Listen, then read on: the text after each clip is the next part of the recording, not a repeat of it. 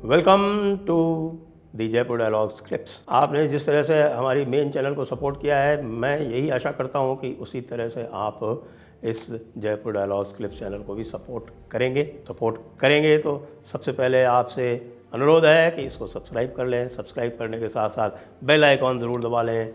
Like करें channel को। Like करने से ही चैनल आगे बढ़ती है, वीडियो आगे जाता है। और इसको अपने दोस्तों के साथ, अपने परिजनों के साथ, सबके साथ शेयर करें। और बिल्कुल ना भूलें कि आपकी सहायता से ही ये क्लिप्स की चैनल आगे बढ़ेगी। Enjoy the clip. तमिलनाडु में आपको क्या लगता है, भारतीय जनता पार्टी क्या 10-20 सीट जीत सकती है? 10 और 20 तो आप बहुत बड़ा फर्क बता पहले तो आप ही बताइए कि आप 10 से कन्विंस हैं या 20 से कन्विंस हैं, क्योंकि 39 सीट तो वहाँ टोटल ही हैं। आप क्या सोचते हैं? तो सही मायने में तो 20 सीट भारतीय जनता पार्टी सही मायनों में लड़ भी नहीं रही है। उसके सिंबल पे केवल 22 सीट लड़ रही है। उसमें से जो बीजेपी के हैं वो 18 ही है। 18 ही हैं और बाकी सब छोटे छोटे चार जो है वो चार पार्टियों के सिंबल पे है। तो वो उसे भी उन्हें भी काउंट कर ले तो भी 20 अगर फिगर सबकी मिला के भी आती है वो बहुत बड़ी बात होगी, बहुत बड़ी बात हो। मेरा तो मानना है कि 10 भी आती हैं तो वो भी बड़ी उपलब्धि होगी। मुझे लग नहीं रहा, पता नहीं क्यों कि 10 आएंगी सीट। लोग तो 4 तक की बात कर रहे हैं। हाँ, मुझे लग नहीं रहा अगर डबल फिगर में पहुंच गई तो। हाँ, ये जरूर लोग बात कर रहे हैं कि जो उनका वोटिंग शेयर है वो 20-25% जा सकता है। हाँ, और लोग ये भी सोच रहे हैं कि ये जो है विपक्ष में जो है सबसे बड़ी पार्टी के रूप में बीजेपी आ जाए, वो एक बड़ा बात है कि जयललिता वाली पार्टी जो है उससे अधिक इनको वोट शेयर अगर मिल जाए तो ये बीजेपी की बड़ी उपलब्धि होगी आने वाले समय के लिए, क्योंकि बीजेपी लॉन्ग टर्म पे यहाँ काम कर रही है। किसी तरह के स्टेट में किसी तरह सरकार बने, किसी के साथ मिल के जोड़ तोड़ करके किसी भी तरह, तो उस चीज़ को देखते हुए आने वाले 5-10 साल के लिए उस हिसाब से महत्वपूर्ण हो सकती है। तो मैं तो यहाँ मेरा ये भी मानना है कि अगर अन्नामलई जीतते हैं तो उन्हें मंत्री नहीं बनाया जाना चाहिए केंद्र में। मेरी तो अपनी राय है। बहुत सारे लोग लिखते हैं सोशल मीडिया पे अन्नामलई को मंत्री बना दो। आप अन्नामलई को मंत्री बना लेंगे तो आप एक तरह से उन्हें स्टेट से कट कर लेते हैं, क्योंकि सेंटर के मिनिस्टर को बहुत समय दिल्ली में गुजारना पड़ता है, पार्लियामेंट में गुजारना पड़ता है। लेकिन अगर आपका गोल ये है कि आपको विधानसभा वहाँ जीतनी है, विधानसभा के चुनाव में आपको सफलता हासिल करनी है, तो अन्नामलई को अभी और 5 साल वहाँ काम करना चाहिए। अन्नामलई तो खुद कह रहे हैं कि 2026 में हम यहाँ सरकार बना सकते हैं। तो उस हिसाब से अन्नामलई को टच नहीं किया जाना चाहिए अगर वो जीतते भी हैं। ठीक है, जीत गए, सांसद हैं, दिल्ली में बंगला मिल गया, और पार्लियामेंट में आइए, स्पीच दीजिए और जाके अपने क्षेत्र में काम कीजिए। मंत्री बना के उन पर अतिरिक्त भार नहीं डालना चाहिए, उन्हें दूर की कौड़ी सोचनी चाहिए। चलते हैं पश्चिम बंगाल जी। वहाँ पर महुआ मोइत्रा जी को एक बार फिर से टिकट दिया गया है। उन्होंने अपनी एनर्जी का सीक्रेट भी बता दिया है कि वो एग्स से लोग तो यही करें, वो एग्स बोल रही हैं। हाँ, और लोग कुछ और सुनते हैं तो क्या करें, अब लोग अपने दिमाग के हिसाब से सुनते हैं। उनको जब एग्स बोल रही है तो एग्स ही सुनना चाहिए ना। हाँ बिल्कुल। तो एग्स से एनर्जी ले रही है तो क्या वहाँ पर पूरी पार्टी वो एग्स से एनर्जी लेके, अब संदेश खाली भी एग्स से एनर्जी का ही मामला था जी, तो वो लेके जो है वो चुनाव जीत सकती है क्या? टीएमसी और महुआ और ममता दीदी। और देखिए अभी इसी राउंड में शायद उनका चुनाव है। अभी महुआ मित्रा वाले में पोलिंग अभी नहीं हुआ है। हो गई ये पोलिंग मुझे लग रहा है कि शायद अभी है।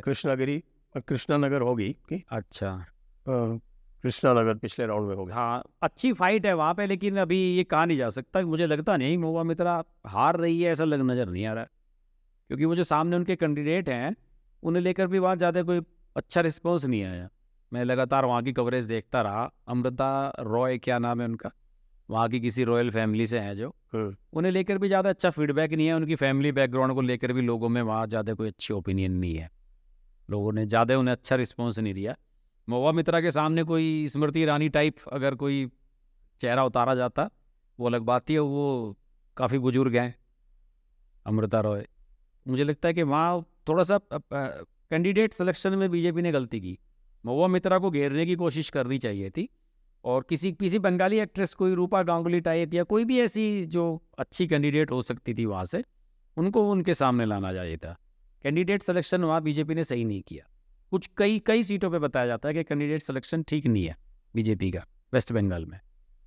लोग ये कहते हैं कि यहाँ पर सीए का बहुत असर है और उस क्षेत्र में भी हाँ, मथुआ इत्यादि काफ़ी हैं और चूँकि सीए रूल्स बन गए हैं तो वो पूरी ये तरह बड़ी खबर तो आई भी है, सीए के बनने रूल नोटिफाई होने के बाद 350 लोगों को नागरिकता मिली है। नागरिकता मिली है, तो उसका असर कृष्णानगर में भी है, हाँ, ऐसा लोग कहते हैं। चलिए देखते हैं क्या होता है उसमें।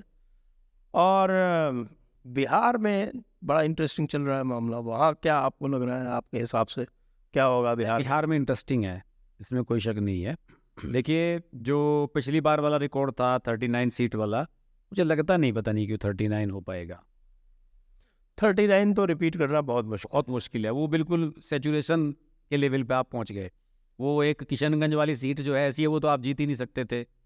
और हो सकता है इस बार आप जीत लें, लेकिन ओवरऑल 39 हो जाएगा, फिगर लगती हुई नजर नहीं आ रही है, मुश्किल लग रहा है। हाँ, बेस्ट केस सिनेरियो लोग 33 34 बोल रहे हैं। हाँ, बिल्कुल बिल्कुल 30 पार हो जाते हैं तो भी इन कंडीशंस में, जो इन परिस्थितियों में, तो वो भी एक अच्छा होगा, प्रदर्शन बढ़िया माना जाएगा। और अखिलेश बाबू ने कहा है कि उत्तर प्रदेश में वो 80 में से 79 जीतेंगे।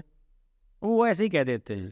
आपको याद होगा कि विधानसभा चुनाव में उन्होंने 403 में से 400 जीतने की बात कह दी थी, याद है आपको?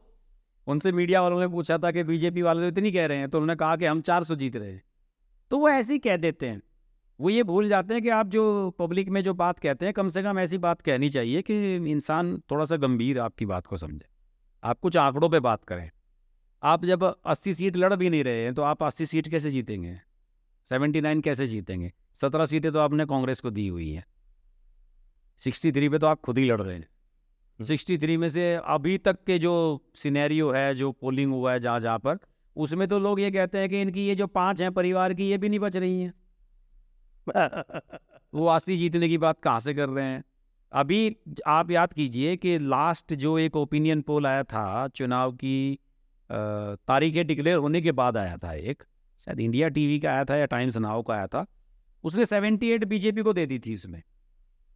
तो लोगों में बड़ा सवाल था कि ये 2 सीटें कौन सी छोड़ी गई हैं, बड़ी क्यूरियोसिटी थी लोगों में।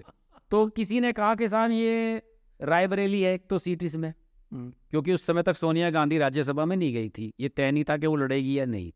और दूसरा ये मान रहे थे कि लोग कि डिम्पल तो जीत ही जाएगी, कि डिम्पल तो लड़ेगी। अखिलेश का उस समय तय नहीं था, अखिलेश ने तो बिल्कुल लास्ट टाइम पे पर्चा भरा, आखिरी दिन जाके। तो अब मुझे लग रहा है कि ये जो 78 वाला है, उसमें केवल 2 सीटें जो मिल रही हैं वो अखिलेश और डिम्पल वाली मिल सकती हैं। वो रायबरेली नहीं मिले, रायबरेली तो जा ही रही है। तो वो हो सकता है कि वो ओपिनियन पोल जो है यूपी के बारे में बिल्कुल परफेक्ट साबित हो कि 80 में से 78 बीजेपी को मिल जाए। ऐसा पूरा माहौल बनता हुआ नजर आ रहा है जी। बसपा कहीं स्टैंड नहीं कर रही है, सपा का वोटर ऐसा नहीं है कि उसे बहुत भयंकर वोटिंग मिल रही है, मुस्लिम कुछ इलाकों में वोट मिल रहे हैं, बाकी और किसी बिरादरी का वोट मिल नहीं रहा है। यादव भी बता रहे हैं कि यादव भी बट रहा है, बीजेपी को भी मिल रहे हैं यादव। तो फिर कैसे जीतेंगे 80 सीटें?